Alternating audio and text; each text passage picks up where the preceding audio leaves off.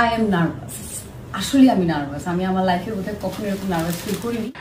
এখনই নার্ভাস হয়ে গেলে চলবো? শাকিব খানের সঙ্গে পাড়ি দিতে হবে আরও বহুদূর।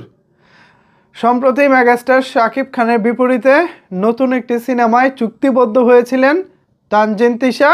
এরপর যখন শুটিং স্টার্ট হবে তার ঠিক আগের দিন তানজিন তিশার অভিজ্ঞতা কেমন ছিল, মানে বড় পর্দায় শাকিব খানের বিপরীতে কাজ করবেন, ক্যামেরার সামনে দাঁড়াবেন, এই এক্সাইটমেন্টটা আসলে তার মধ্যে কেমন ছিল।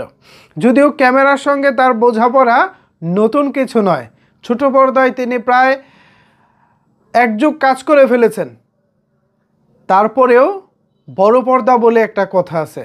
যে কোনো অভিনেতা অভিনেত্রীর জন্য বড় পর্দা একটা বড় পরীক্ষা, বড় পর্দা একটা বড় স্বপ্নের জায়গা। সেই জায়গা থেকে যখন বড় পর্দার মেগাস্টার শাকিব খানের বিপরীতে সিনেমা করার সুযোগ আসে, তখন তো ব্যাপারটা আরও অন্যরকম পর্যায়ে চলে যায়। তানজিন তিশার বেলায়ও তার ব্যতিক্রম ঘটেনি। আজকে তানজিন তিশা তিনি তার ফেসবুক পেজে একটি ভিডিও শেয়ার করেছেন, সেখানে তিনি তার অভিজ্ঞতা তুলে ধরেছেন। সোলজার নামক একটি সিনেমায় শাকিব খানের বিপরীতে তিনি অভিনয় করতে চলেছেন। সেই সিনেমার শুটিং আগামীকাল, অর্থাৎ মানে তখনকার ঘটনা, অক্টোবরের শুরুর দিকে ঘটনা। তিনি আজকে এটা শেয়ার করতেছেন কারণ পরিচালক এবং প্রযোজকের কোনো অনুমতি ছিল না। সো শেষ পর্যন্ত অনুমতি নিয়েই আজকে তানজিন তিশা তিনি তার অভিজ্ঞতা শেয়ার করেছেন। কেমন ছিল শুটিং শুরুর আগের দিন?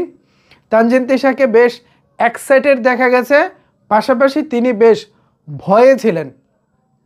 একে তো বড় পর্দা, তার উপরে মেগাস্টার শাকিব খান অ্যান্ড সোলজারের মতো বড় সিনেমা, সব কিছু মিলিয়ে কেমন হতে পারে অভিজ্ঞতা, কি হতে যাচ্ছে কালকে তানজিন তিশার প্রথম শ্যুট বা প্রথম শট, এরপর প্রথম সিনেই হচ্ছে শাকিব খান। এবার বুঝুন ব্যাপারটা, আসলে নার্ভাস তো হবেই। মেগাস্টার শাকিব খান বাংলাদেশের বাংলা চলচ্চিত্রে নাম্বার 1 নায়ক।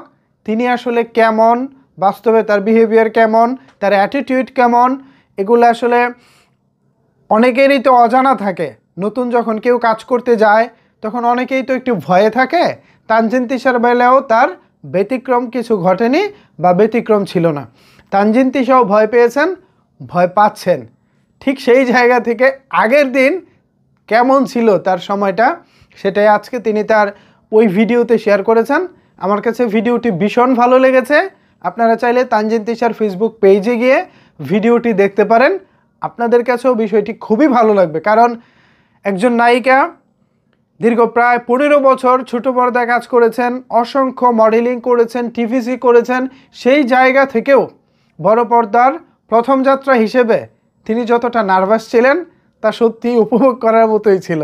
আমি অবাক হয়েছি, কারণ আমার তো ক্যামেরার সঙ্গে পরিচয় আছে, ক্যামেরার সামনে আমি প্রতিনিয়তই দাঁড়াই, দীর্ঘ 15 বছর দাঁড়িয়েছি। এরপরেও আমি কালকে কি হবে এই ভেবেই আমি হয়রান। এই যখন অবস্থা, তখন তো সেটা উপভোগ করার মতোই, তাই না?